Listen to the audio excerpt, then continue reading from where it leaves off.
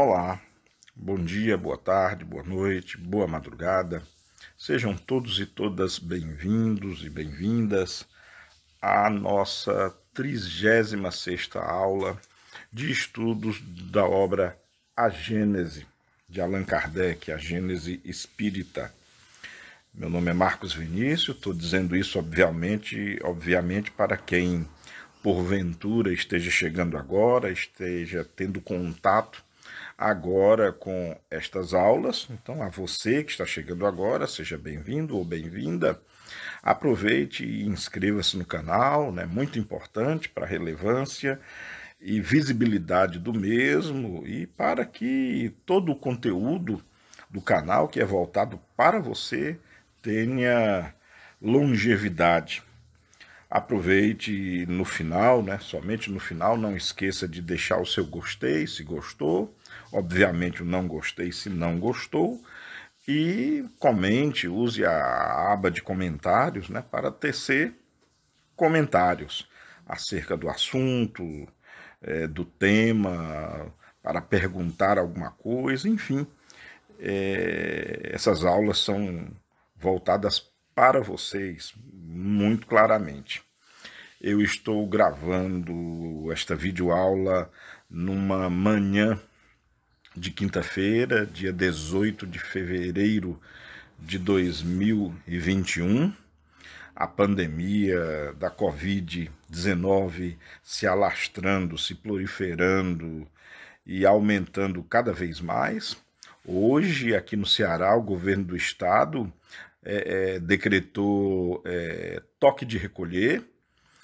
A partir das 22 horas não se pode mais circular, e isso se deve ao fato de que os hospitais já estão ficando lotados, já quase não existem mais leitos de UTI. Há 2 dias atrás, os leitos de UTI para adultos já estavam em 97%, e em função disso, o aparecimento dessas regras, né, a deflagração dessas regras mais rígidas, mais severas. A nossa sociedade, né, a nossa população, de um modo geral, né, grande parte dela ainda agindo com uma irresponsabilidade tremenda. Hoje é quinta-feira, logo após a quarta-feira de cinzas, de um carnaval inexistente, né, pois ele fora cancelado no Brasil inteiro.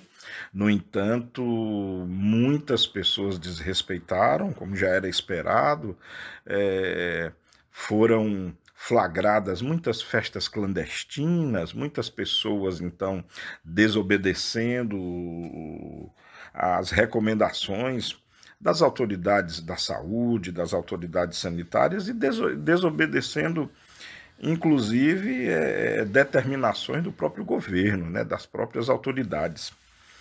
Eu já disse aqui em algum momento, parece que o ser humano, nós seres humanos, temos um problema muito grande em obedecer. Parece que nós temos uma tendência muito clara a não querer obedecer. Quando, e principalmente quando depende dessa obediência a vida de muitas pessoas. Eu me recordo que Einstein disse certa vez que existem duas coisas infinitas no universo: o próprio universo e a estupidez humana. E eu tenho dúvida com relação ao primeiro infinito, que é o universo. Palavras do Einstein, né? Infelizmente, parece que ele continua correto. Bom, dando início então agora, propriamente dita, a nossa aula, nós iniciaremos hoje o capítulo 9, que se intitula Revoluções do Globo. Neste capítulo, nós abordaremos os seguintes temas: revoluções gerais ou parciais, idade das montanhas, dilúvio bíblico, revoluções periódicas, cataclismos futuros, aumento ou diminuição do volume da Terra. Serão estes os temas abordados. E, sem mais delongas, já dando início à aula propriamente dito, Eu começo já com a leitura, né, do item 1, revoluções gerais ou parciais. E aí Kardec inicia o texto da seguinte forma: os períodos geológicos marcam as fases do aspecto geral do globo, em consequências das suas transformações.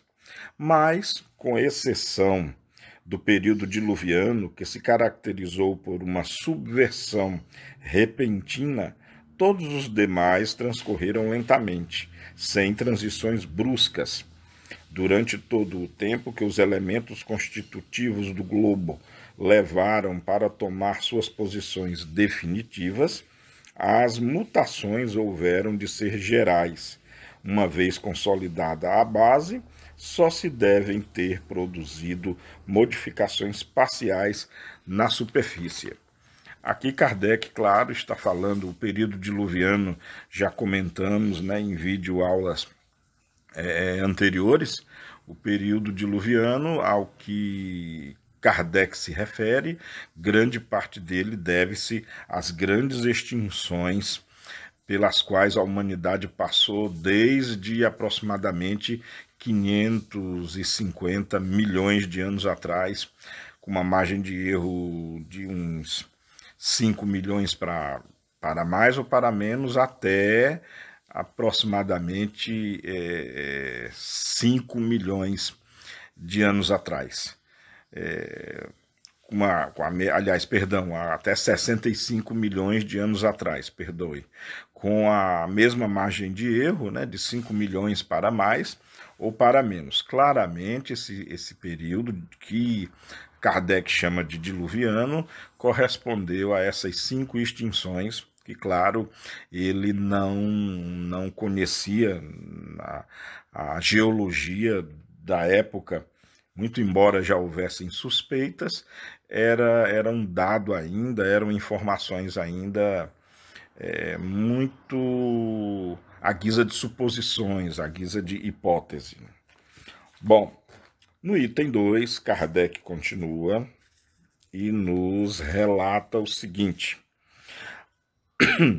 além das revoluções gerais, a Terra experimentou grande número de perturbações locais que mudaram o aspecto de certas regiões.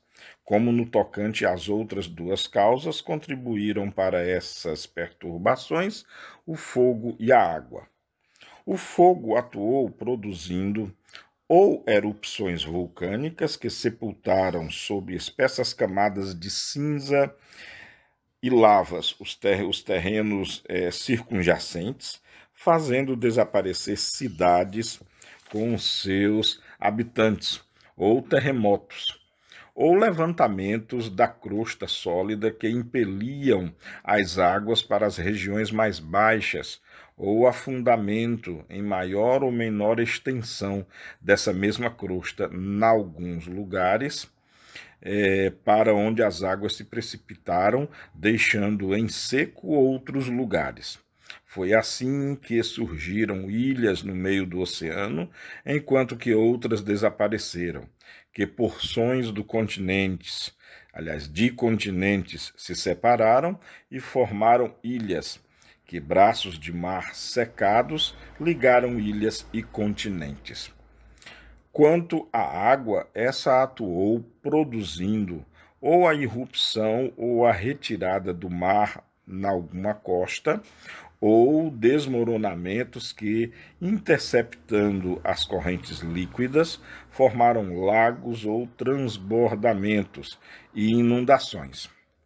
Ou, enfim, aterros nas embocaduras dos rios. Esses aterros, rechaçando o mar, criaram novos territórios, tal a origem do delta do Nilo ou Baixo Egito, do delta do Ródano ou Camarga. Bom, muito embora ainda com muita imprecisão os relatos do Kardec, pois, como já dissemos em aulas anteriores, né, Kardec não conhecia a tectônica de placas, que na verdade provoca o aparecimento de toda essa geoconjuntura do planeta, toda essa estrutura geográfica da Terra com seus continentes muito bem distribuídos, né? As Américas, Antártica, Ártico, Europa, Ásia, Oceania, enfim, todos esses continentes que numa dada época do passado estavam todos juntos e em função dos movimentos tectônicos, né, as chamadas derivas das placas continentais, causando, dentre outras coisas, choques entre uma placa e outra, como eu já mencionei em aulas anteriores, isso que, na verdade, causou o aparecimento de montanhas, o revolvimento dos oceanos de um lugar para o outro, enfim, causou toda uma dinâmica de aparecimento dessa estrutura geográfica que hoje nós reconhecemos no nosso planeta. Muito claro também que é óbvio que localmente o aparecimento de uma atividade vulcânica intensa, com certeza, e aí de maneira muito mais, por assim dizer, instantânea, em alguns locais causaram sim o desaparecimento de certas regiões, o aterramento de outras, a inundação de outras em função de atividades dinâmicas violentíssimas que claramente podem ter ocorrido e aconteceram de fato no passado do nosso mundo. Mas com relação, claro, ao aparecimento do Delta do Nilo, a toda a estrutura geológica e geofísica dos continentes deveu-se muito e quase que na sua totalidade da deriva das placas ou movimento tectônico, como já temos explicado ao longo das nossas aulas. E assim Kardec termina o assunto das revoluções gerais ou parciais. No item 3, Kardec já começa a falar sobre a idade das montanhas. E ele começa no item 3, assim expressando-se. Examinando-se os terrenos dilacerados pelo erguimento das montanhas e das camadas que lhes foram os contrafortes, possível se torna determinar-lhes a idade geológica. Por idade geológica das montanhas não se deve entender o número de anos que elas contam de existência, mas o período em que se formaram e, portanto, a relativa ancianidade que apresentam. Fora errôneo acreditar-se que semelhante ancianidade corresponde à elevação que lhe é própria ou à natureza exclusivamente granítica que revelem, uma vez que a massa de granito, ao dar-se o seu levantamento, pode ter perfurado e separado as camadas superpostas. Comprovou-se assim, por meio da observação, que as montanhas dos Vosges, da Bretanha e da Côte d'Or, na França, que não são muito elevadas, pertencem às mais antigas formações. Datam do período de transição, senão anteriores, os depósitos de hulha. O Jura se formou no meado do período secundário. É contemporâneo dos répteis gigantes. Os Pirineus se formaram mais tarde, no começo do período terciário. O Le Mont Blanc, ou Monte Branco, e o grupo dos Alpes Ocidentais são posteriores aos Pirineus e datam da metade do período terciário. Os Alpes Orientais, que compreendem as montanhas do Tirol, são ainda mais recentes, porquanto só se formaram pelos fins desses mesmos períodos. Algumas montanhas da Ásia são mesmo posteriores ao período diluviano ou lhe são contemporâneas. Esses levantamentos hão de ter ocasionado grandes perturbações locais e inundações mais ou menos consideráveis pelo deslocamento das águas, pela interrupção e mudança do curso dos rios.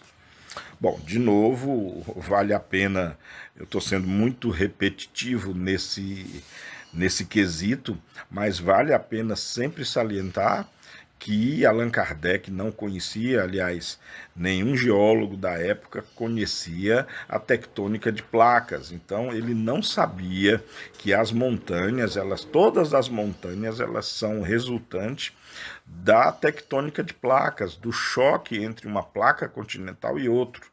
Tanto é que para Kardec, observem vocês, que têm acompanhado inclusive as aulas anteriores, que Kardec atribui todas as elevações, ou seja, as montanhas, elevações das menores às maiores, como Alpes, Himalaia e tudo mais, ele atribui a uma verticalização da crosta em função de uma força interna causada por vulcanismo.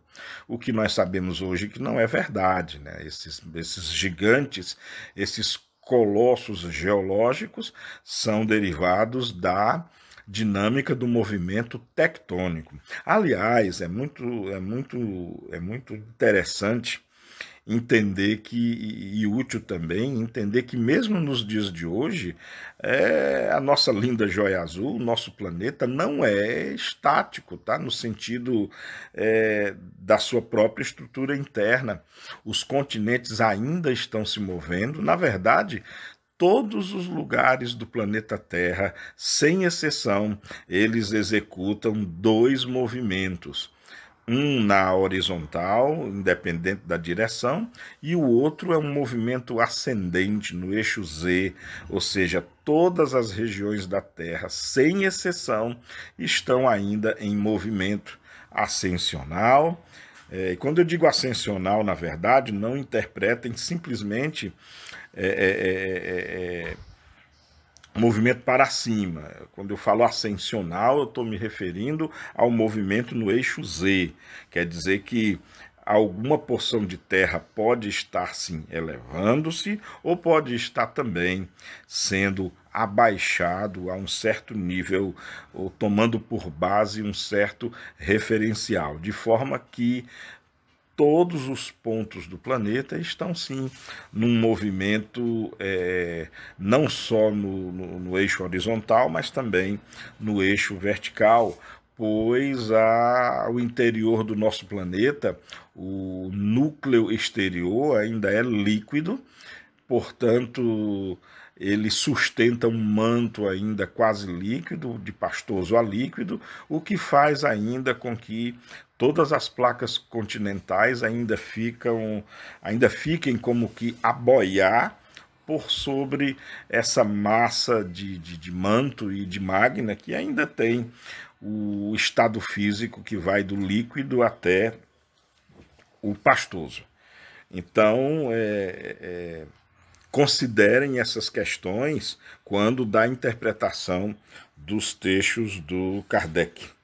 Bom, tem uma nota aqui do próprio Kardec, que na minha edição, que era a tradução do Guilherme Ribeiro, é a nota 49, onde Kardec assevera o seguinte: o século passado registrou notável exemplo de um fenômeno desse gênero. Há 6 dias de marcha da Cidade do México, existia em 1750 uma região fértil e bem cultivada, onde davam em abundância arroz, milho e bananas. No mês de junho, pavorosos tremores de terra abalaram o solo, renovando-se continuamente durante 2 meses inteiros. Na noite de 28 para 29 de setembro do referido ano, 1750, violenta convulsão se produziu. Um território de muitas léguas de extensão entrou e ergueu-se pouco a pouco e acabou por alcançar a altitude de 500 pés, numa superfície de 10 léguas quadradas. O terreno ondulava como as vagas do mar ao sopro da tempestade. Milhares de montículos se elevavam e afundavam alternativamente. Afinal, abriu-se um abismo de perto de 3 léguas, donde eram lançados à prodigiosa altura fumo que ele fala é fumaça, né?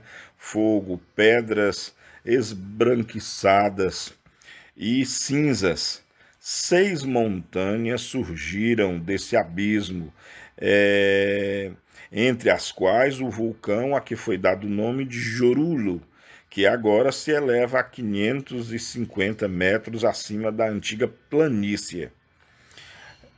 No momento em que principiaram os abalos dos solos, os dois rios, Cuitimba e São Pedro, refluindo, inundaram toda a planície hoje ocupada pelo Jorullo, o monte citado anteriormente. No terreno, porém, que sem cessar se elevava, outro sorvedouro se abriu e os absorveu. Os 2 reapareceram mais tarde, a oeste, num ponto muito afastado de seus antigos leitos. Esse é um artigo do Luiz Figuier, na obra chamada A Terra Antes do Dilúvio, e isso nessa obra está lá na página 370. Allan Kardec utiliza esse relato para exemplificar, à guisa de testemunho, aquilo que ele estava embasando no seu texto anterior. Como eu falei, como eu havia falado agora há pouco, claro que existem fenômenos locais ao longo da geoposição, da posição geográfica das terras e continentes, nessa dinâmica, navegando, por assim dizer, a superfície do magma. É óbvio que eventos do ponto de vista geológico instantâneos, como esse relatado pelo Luiz Figuier, na nota do Kardec, ocorreram, obviamente, em algumas partes. E como, de novo, Kardec nem Luiz Figuier conhecia a dinâmica da tectônica de placas, fácil é notar a solução para todo o problema da formação de montanhas. Kardec e muitos geólogos da sua época alegavam e atribuíam sempre a atividades vulcânicas ao aparecimento de montes, montanhas e, obviamente, os próprios vulcões. Bom, indo agora para o item 4, encerrando essa idade das montanhas, lembrando que eu quero reafirmar que quando chegar no momento certo, já está bem próximo, eu farei uma videoaula explicando o tempo geológico de maneira sucinta, de maneira assim geral, abrangente, mas com muitos mais detalhes. Eu explicarei de forma mais clara toda a idade da Terra com os seus períodos, desde o Adiano, o Arqueano, chegando até o Fanerozoico, que é o éon que mais nos interessa. Haverá uma videoaula específica e aí nesta nós iremos dirimir muitas dúvidas acerca das idades geológicas, né? Acerca das idades dos aparecimentos, da idade que as montanhas possuem de fato, do período, o período ligado ao aparecimento destas, a conformação dos oceanos, onde eles estão, dentre muitas outras dúvidas que nós tiraremos nessa videoaula. Bem como também abordaremos, né, um outro tema muito importante, que será por que a vida apareceu na Terra, o que levou São 13 fatores importantíssimos que fizeram com que fosse possível o aparecimento da vida na Terra. Vai ser muito importante também essa videoaula para nós termos uma ideia de que a vida, pelo menos como nós a conhecemos, e até hoje a única forma de vida que nós conhecemos é essa aqui na Terra, pois apesar do que dizem os ufólogos místicos, apesar do que dizem certas literaturas, e apesar do que diz, inclusive, muita literatura espírita, até hoje não se tem a evidência de nenhum outro planeta, não se tem de maneira palpável, mensurável, quer seja em forma de imagem, quer seja em forma de algum artefato, não há nenhum outro planeta que se conheça com vida para que possamos tratar e descrever como é a sua biologia, como é a sua ecologia, como são os vegetais, os animais, os insetos, ou o que quer que tenha nesses possíveis outros mundos. É claro que devem existir. Eu já falei aqui anteriormente, eu praticamente eu não duvido da hipótese de que haja vida no universo, apenas nós não sabemos e nunca tivemos contato com nenhuma delas. O único padrão de vida que nós conhecemos é essa aqui na Terra. E ela apareceu, ela foi possível e ela surgiu por uma confluência de 13 fatores importantíssimos que fizeram com que a vida como nós a conhecemos, e eu repito, é o único modo que nós conhecemos até hoje. É esse modo, é esse tipo de vida que nós temos. Amanhã, a qualquer momento, pode ser que descobramos de fato e com evidências uma vida baseada em outros princípios, mas por enquanto os únicos princípios vitais que conhecemos são estes que povoam a nossa linda joia azul, o nosso lindo planeta Terra. O amanhã, como se diz na linguagem popular, a Deus pertence. Bom, dando continuidade aqui então, iremos abordar um tema muito interessante, né? Que é o dilúvio bíblico, né? Muito interessante que o dilúvio bíblico ele é acompanhado, claro, do relato feito por Moisés, da história lá de Noé, sabe, da arca lá, onde Noé teria, amando de Deus, né, amando de Yahvé, o Jeová, né, teria pego um casal de cada bicho, de cada ser vivente, teria colocado nessa arca e então teria preservado a espécie dos animais para serem perpetuados quando as águas baixassem e a terra reaparecessem. Que houve um dilúvio, claro, isso é fato, é um fato inclusive geológico comprovado.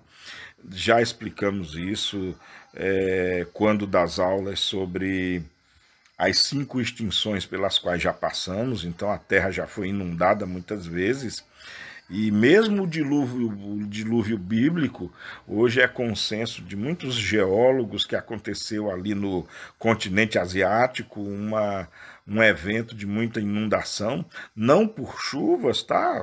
O erro e o exagero bíblico começa por aí, não pela chuva que inundou, que teria inundado a terra por 40 dias e 40 noites, não dessa forma, mas que houve um evento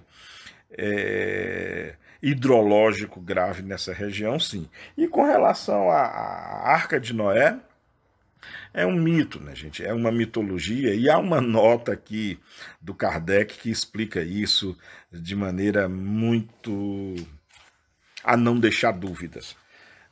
Vamos então com os fatos, né? Começando aqui no item 4 do capítulo 9, dilúvio bíblico.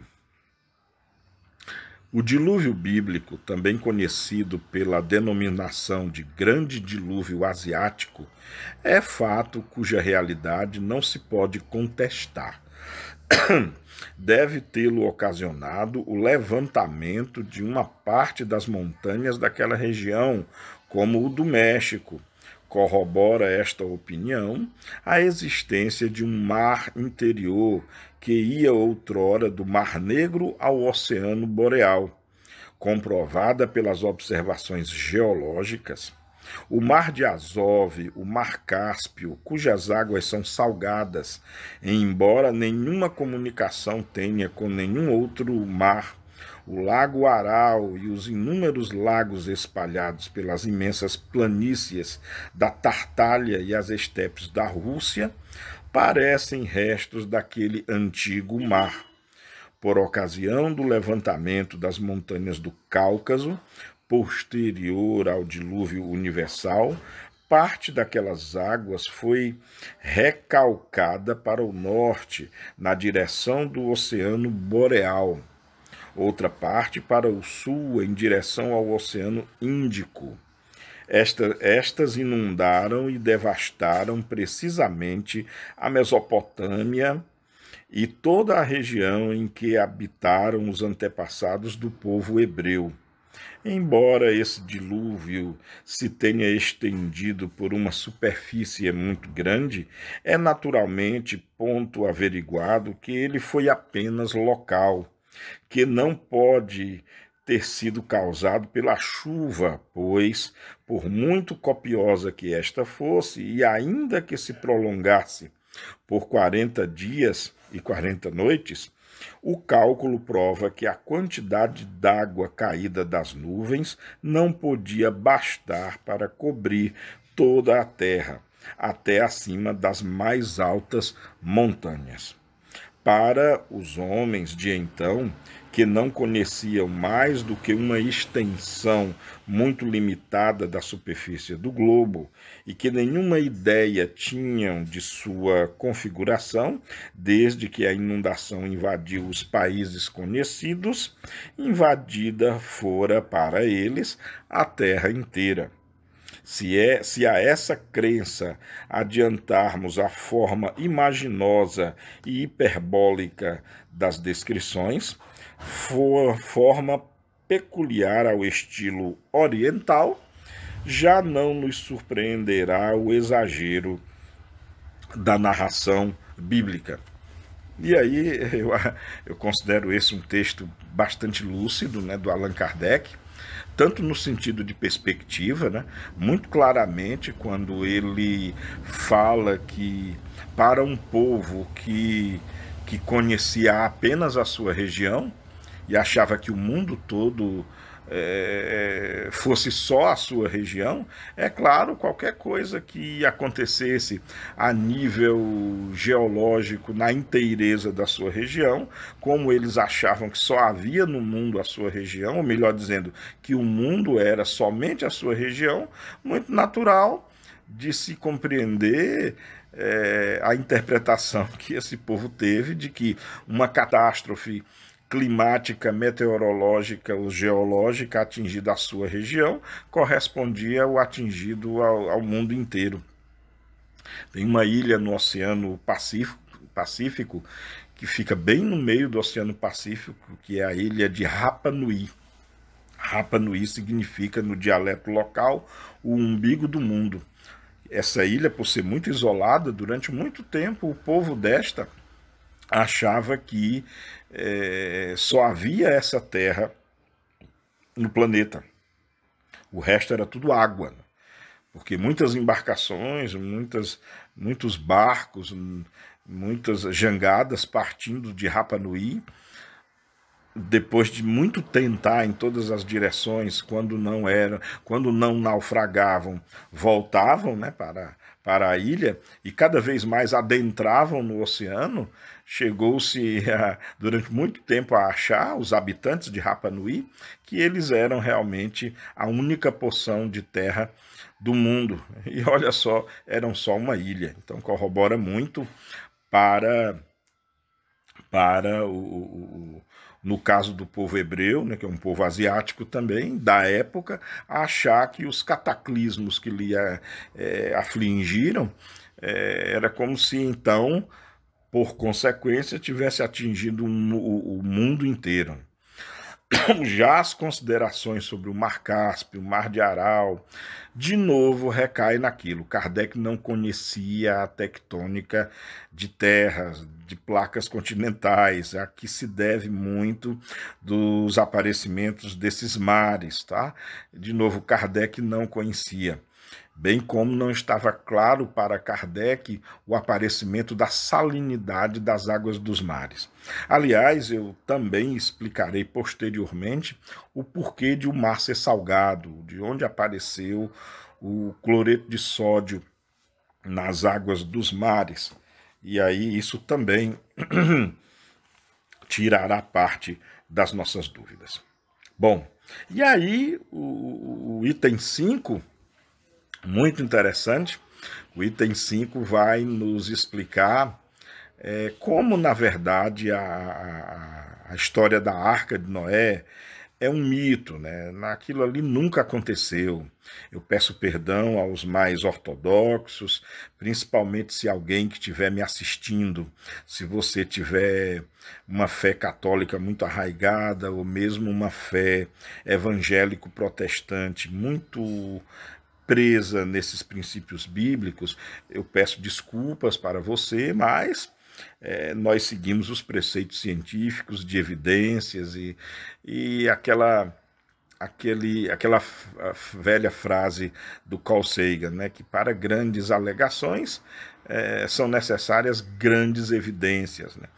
Tal grande barco, se tiver existido um dia, nunca foi encontrado, nunca se achou vestígios dele, nunca se achou, então, uma evidência concreta da existência de tal embarcação que pudesse abarcar um casal de cada espécie, né, com bichos enormes, como elefantes, girafas, hipopótamos e por aí tal, sem falar em como seria reunir todas essas espécies, né? Como seria reunir todos esses animais? Já imaginou você sair a cata aí de um par de... Imaginem só, você sair a cata aí de um par de girafas, um par de elefante, um par de hipopótamos, um leão e uma leoa, um par de cobras, claro, todos em gêneros diferentes. E já imaginou colocar essas espécies todas para conviverem tudo juntinhas uma da outra? Então, percebe-se pelo próprio relato de Moisés que tem alguma coisa aí de fantasiosa, tem alguma coisa aí de fabuloso, né? Tem alguma coisa aí de meio que de conto de fadas. E bom que Kardec alude isso com um relato muito maravilhoso que põe fim, acho que tira a dúvida de toda essa ideia da Arca de Noé, né? Então, olha só, no item 5 do capítulo 9, Kardec escreve o seguinte: o dilúvio asiático foi evidentemente posterior ao aparecimento do homem na Terra, visto que a lembrança dele se conservou pela tradição em todos os povos daquela parte do mundo, os quais consagraram em suas teogonias, cultura, literatura, festivais, tudo que se acercasse desse tema. É igualmente posterior ao grande dilúvio universal, e põe o dilúvio universal aí em aspas, né, que assinalou o início do atual período geológico. Quando se fala de homens e de animais antediluvianos, a referência é aquele primeiro cataclismo. Acho que já comentamos também isso em aulas anteriores, que o que Kardec chama de período diluviano termina na quinta extinção pela qual já passamos, que ocorreu há 65 milhões de anos atrás e deu fim ao período Cretáceo.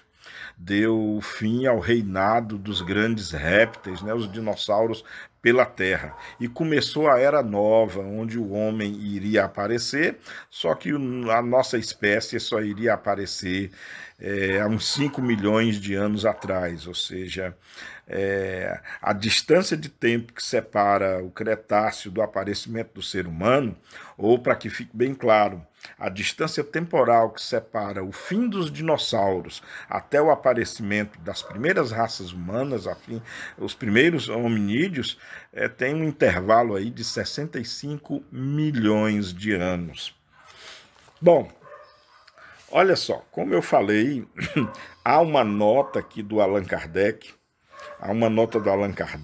que na minha edição, né, que é essa aqui do Gillian Ribeiro, a nota 50, que fala o seguinte, prestem muita atenção porque é muito bonito e explica claramente que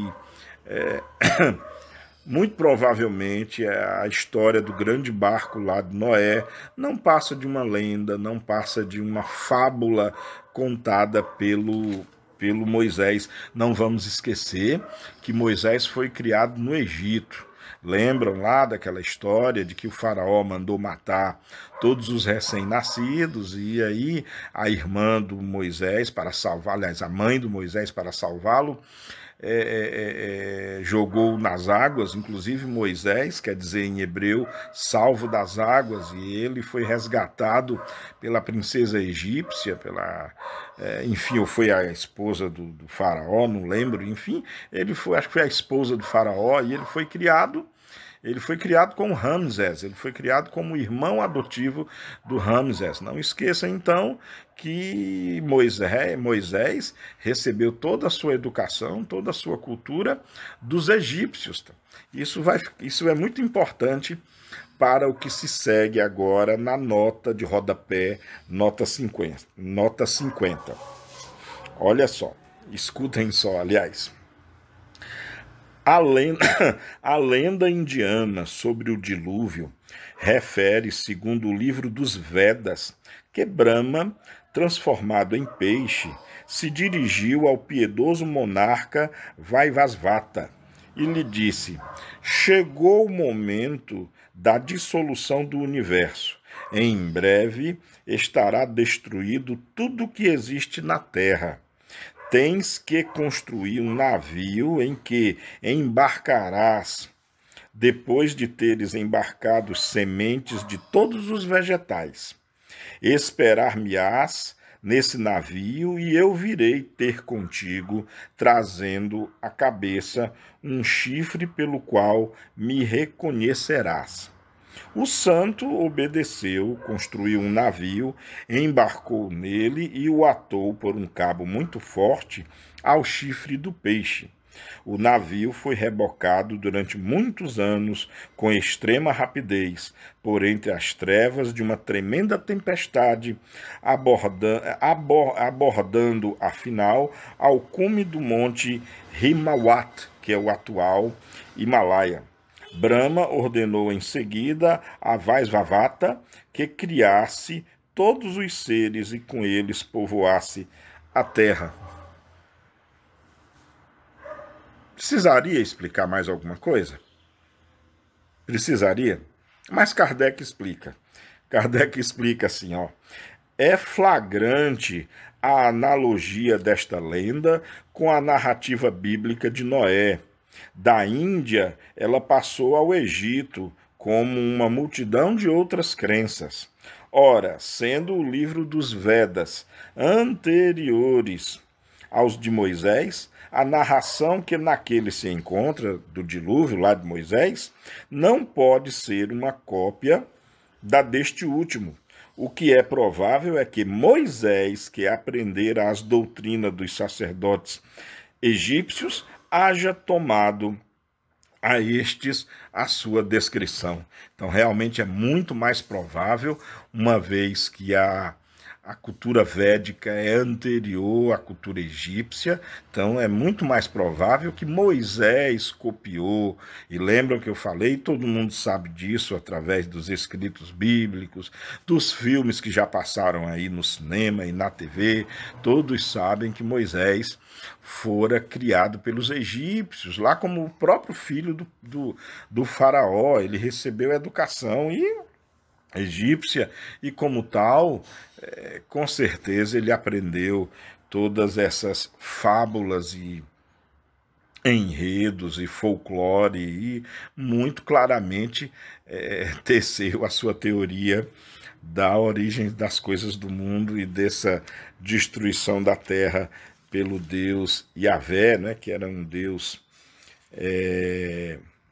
impiedoso, um Deus que punia e destruía e inclusive resolveu destruir a humanidade uma vez. Então fica muito bem clara nessa lenda de Brahma e do Vaisvavata, a deidade Vaisvavata, que serviu-lhe então de caracterização para Noé. Acho que assim fica bem claro e encerramos assim as revoluções periódicas. E aí, entrando agora num tema igualmente interessante, vamos falar agora das revoluções periódicas. Já no item 6, Kardec anui o seguinte: além do seu movimento anual, prestem bem atenção, que agora nós vamos falar do zodíaco, de novo, dos signos, né? Áries, Touro, Câncer, Capricórnio e por aí vai. Além do seu movimento anual em torno do Sol, origem das estações, do seu movimento de rotação sobre si mesmo em 24 horas, origem do dia e da noite, tem a Terra um terceiro movimento que se completa em cerca de 25 mil anos, ou mais exatamente em 25.868 anos, e que produz o fenômeno denominado em astronomia precessão dos equinócios. Este movimento, que não se pode explicar em poucas palavras, sem o auxílio de figuras e sem uma demonstração geométrica, consiste numa espécie de oscilação circular que se há comparado à de um peão a morrer, e por virtude da qual o eixo da Terra, mudando de inclinação, descreve um duplo cone, cujo vértice está no centro do planeta, abrangendo as bases desse cone a superfície circunscrita pelos círculos polares, isto é, uma amplitude de 23,1 de graus de raio. Já falamos isso, explicamos já esse movimento também em aulas anteriores, é um movimento de precessão dos equinócios. A Terra é uma esfera, só que eu já comentei isso aqui anteriormente, imagina a Terra como uma esfera, ela não gira assim, nesse sentido, ela é inclinada, então ela gira nesse sentido. Então ela faz um movimento assim, sabe, esse movimento do peão. Esse movimento do peão, tá, é um movimento em função dessa deflexão que o eixo da Terra ele não é vertical, ele é defletido, na verdade, em 23 graus e 43 minutos. Então ele faz esse movimento aqui, ó. Só que esse movimento, os astrônomos descobriram que ele tem um arrastamento para frente, ou seja, ele vai se adiantando conforme o passar dos anos, vai se adiantando, e ao longo de 25.868 anos, ele completa um ciclo. É esse eixo aqui, ó. Esse eixo que aponta para uma dada conjunção de estrelas, ele vai se avançando. Então, com o tempo, tá? Com o tempo ele vai mudando a sua orientação. É isso que quer dizer o movimento de precessão dos equinócios. E aí tem mais explicações aqui, ó. Então, olha só, no item 7 está escrito o seguinte: o equinócio é o instante em que o Sol, passando de um hemisfério a outro, se encontra perpendicular ao Equador, o que acontece 2 vezes por ano. A 21 de março, quando o Sol passa para o hemisfério boreal, que é o sul, né? E a 22 de setembro, quando volta ao hemisfério austral. Perdão, eu vou repetir aqui porque eu errei, ó. O equinócio é o instante em que o Sol, passando de um hemisfério a outro, se encontra perpendicularmente ao Equador, o que acontece 2 vezes por ano, a 21 de março, quando o Sol passa ao hemisfério boreal, que é o norte, não o sul, como eu havia dito, e a 22 de setembro, quando volta ao hemisfério austral ou hemisfério sul. Mas em consequência da gradual mudança na obliquidade do eixo, o que acarreta outra mudança na obliquidade do Equador sobre a eclíptica, o momento do equinócio avança cada ano de alguns minutos. Na verdade, na época era majorado 25 minutos e 7 segundos. A esse avanço é que se deu o nome de precessão dos equinócios, do latim proecedere, caminhar para adiante, composto de proe, adiante, e cedere, ir-se. Com o tempo, esses poucos minutos fazem horas, dias, meses e anos, resultando daí que o equinócio da primavera, que agora se verifica no mês de março, em dado tempo se verificará em fevereiro, depois em janeiro, depois em dezembro. Então, o mês de dezembro terá a temperatura de março e março a de junho e assim por diante. Até que, voltando ao mês de março, as coisas se encontrarão de novo no estado atual, que se dará ao cabo de 25.868 anos para começar indefinidamente a mesma revolução. Claro que é um acontecimento que nenhum de nós percebe, né? Não é um acontecimento que a vida humana possa perceber. Nós percebemos o passar dos dias, obviamente, o passar das estações do ano, né? Primavera, verão, outono, inverno, isso nos lugares que tem. Aqui no Ceará, nós só temos verão. Na verdade, nós só temos verão aqui no Ceará, né? E povoado com estação de chuvas, né? Que inclusive nesse ano de 2021 as nossas chuvas aqui estão muito aquém do esperado, né? Nós não temos inverno, lembrando que inverno é a estação das neves, nós não temos neve aqui no Ceará, tá? Bom, tem uma nota também muito interessante, a nota 51. A nota 51 exatamente com relação ao zodíaco. A precessão dos equinócios ocasiona outra mudança, a que se opera na posição dos signos do zodíaco. Girando a Terra ao derredor do Sol em um ano, à medida que ela avança, o Sol cada mês se encontra diante de uma constelação. Estas são em número de 12, a saber, o carneiro, o touro, os gêmeos, o câncer, o leão, a virgem, a balança, o escorpião, o sagitário, o capricórnio, o aquário e os peixes. São chamados constelações zodiacais, ou signos do zodíaco, e formam um círculo no plano do equador terrestre, conforme o mês de nascimento. Conforme o mês de nascimento de um indivíduo, dizia-se que ele nascera sob tal ou tal signo, daí os prognósticos da astrologia. Mas, em virtude da precessão dos equinócios, acontece que os meses já não correspondem às mesmas constelações.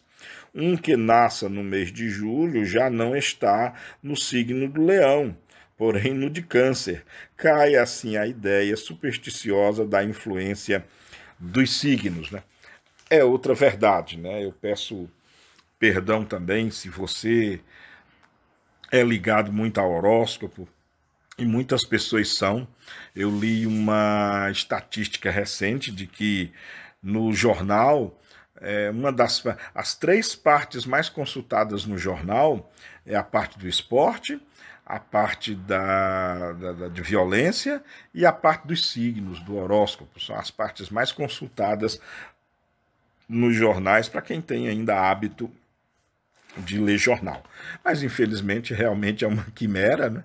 Pois se dissemos que uma pessoa está influenciada sobre o signo tal pela posição do dia do nascimento dela, a Terra estava mudando para tal astro, e essa posição muda com a precessão dos equinócios, como já foi explicado astronomicamente, então não faz sentido se valer desse expediente de fatos aparentes para se definir o destino de uma pessoa. Nós sabemos que não é assim que funciona. Bom, o nosso destino, ele é pautado pelas nossas ações, né? Pelas nossas escolhas, pelo aquilo que fazemos ou deixamos de fazer, pelas nossas crenças, consciência, percepção das coisas, pelo grau de conhecimento que temos, enfim. E claro, talvez por um grau de aleatoriedade que pertence ao mundo físico também, muito naturalmente, mas não que uma estrela ou uma constelação guie a minha vida, ou guie o que vai acontecer com a minha vida. Isso é por demais folclórico, né? Por demais fantasioso. Bom, prosseguindo aqui no item 8, no 8º item, Kardec discorre o seguinte: desse movimento cônico do eixo, né, cônico ao cone formado, né, cone formado.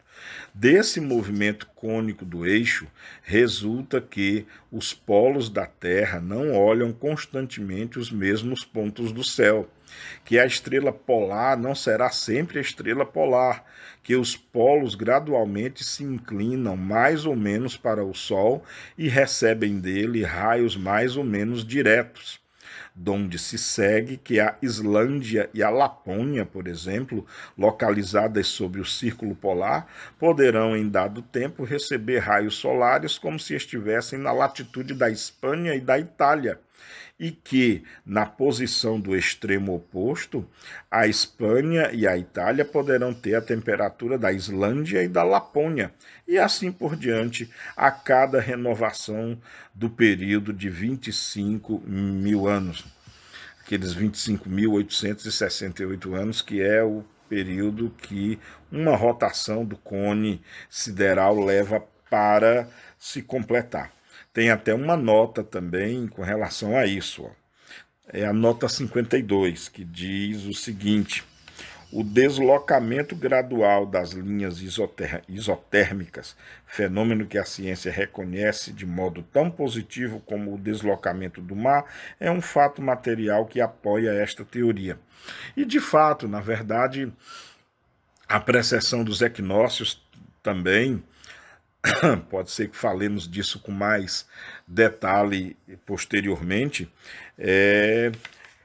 a precessão dos equinócios, nesse período de mais de 25 mil anos, é muito provável que ela dê início a períodos de glaciações ou a períodos de mudança brusca da temperatura entre os hemisférios norte e sul, e eles ficam alterando, pois, em dada época, o hemisfério sul vai receber bem mais calor que o norte e assim sucessivamente.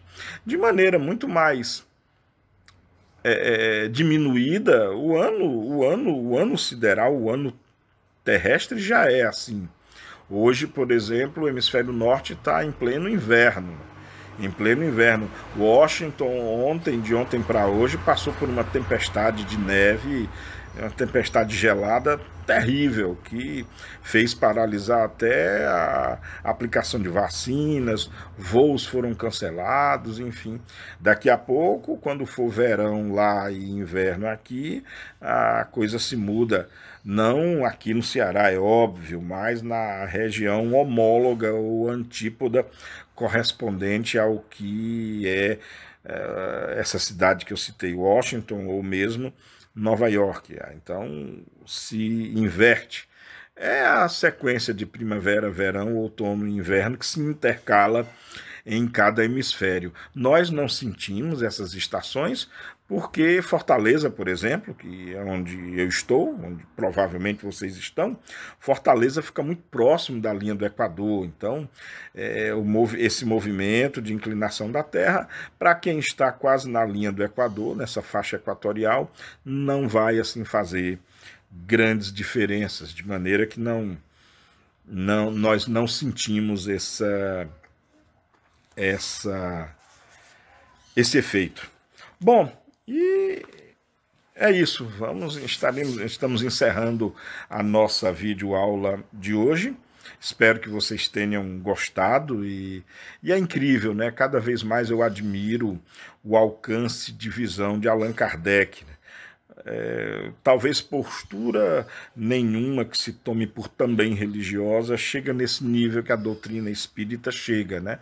De explicar. Observem que Allan Kardec está tendo toda uma preocupação em explicar como a nossa casa foi formada. Já vimos isso antes. Allan Kardec está nos mostrando agora como a nossa casa cósmica mudou, por que mudanças ela passou. E como nós veremos em videoaulas posteriores, em seguida nós veremos como nós aparecemos, numa sequência muito lógica de encaminhamento e encadeamento de fatos, de sucessões de eventos que levou ao nosso aparecimento e que nos traz até os dias de hoje. É fascinante, muito fascinante. Bem, por hoje é só, espero que vocês tenham gostado. Não esqueçam de deixar um gostei aí e usem os comentários, como eu falei. Beijo no coração de todas e até a próxima. Tchau.